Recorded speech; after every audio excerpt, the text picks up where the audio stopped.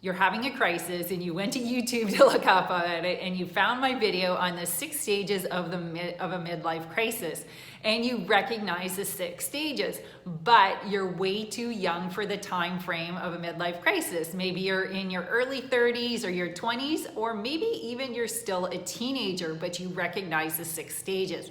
Well, there's something else going on here. It does look similar to a midlife crisis, and it's actually called a spiritual awakening.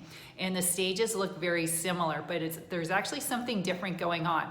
Now, if you are not spiritual at all, don't turn this video off, because it can happen to people regardless of previous interest in spirituality, and very often it happens the strongest in people that have had no previous interest in spirituality. They've just been living a mainstream life, doing earth things, and then all of a sudden this crisis begins.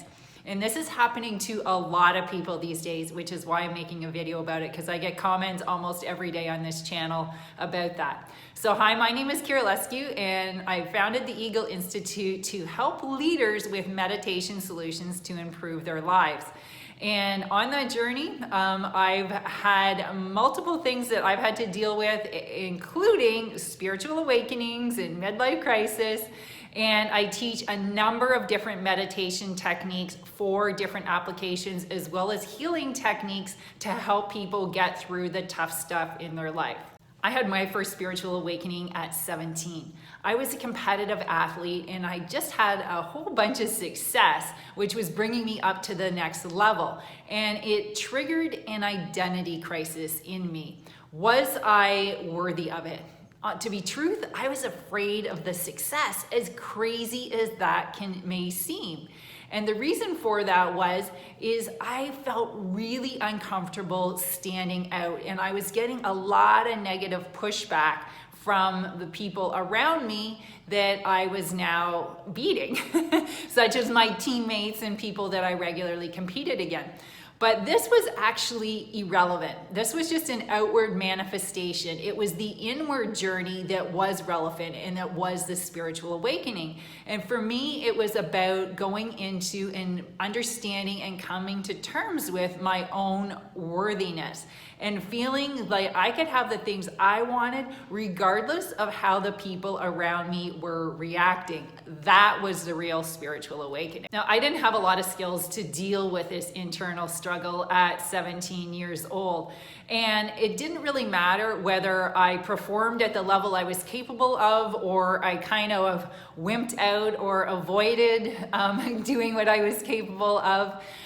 The feelings of unease and unhappiness with myself were constantly there. It was this backdrop that was behind every practice, when I was at school, when I was in competitions, pretty much everything that I did.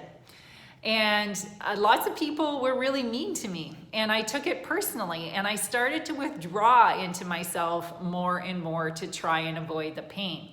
Now, things got better and things got worse, kind of up and down for the next 15 to 17 years. And eventually I started to work on myself. I started to do yoga and meditation and Ho'oponopono and other inner healing practices that started to give me progress and improve my self-worth.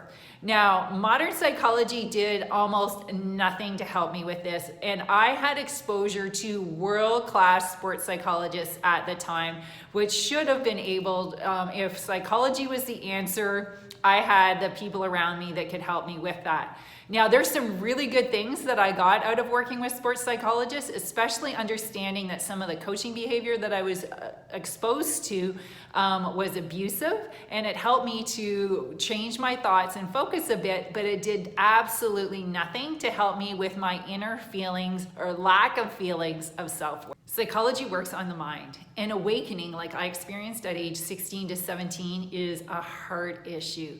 And working with the mind honestly just can't get you there. The mind is like a giant computer program, and it just repeats what it's been programmed to do. But when you have issues that are spiritual awakening and have to do with self-worth, those are heart issues. And no amount of training of the mind is going to get you there. You need to get to the deeper issues. Now, the one thing you can do is train your mind to be quiet so that you can hear those deeper emotions. But the thing that really works is doing inner healing practices that work directly on the emotions, and that's far more successful than trying to work with the mind. If you are having a spiritual awakening, the only thing that will help you with it is a spiritual practice, whether either to start one now or to go deeper into the one that you already have.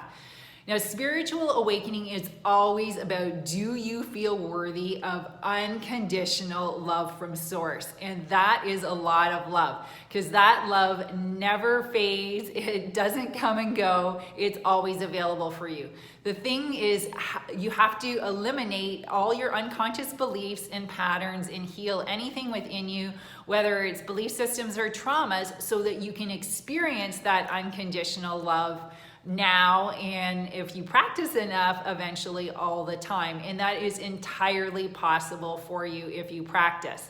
So how we do that is we start with techniques from Ho'oponopono, and then we work up to inner healing practices that are more advanced, that will get some of those medium and deeper issues for you, eventually, if you want to, getting to the root cause of it. So if you want to do that for yourself, you can go check out theeagleinstitute.com to learn how you can work with us to help with your spiritual awakening.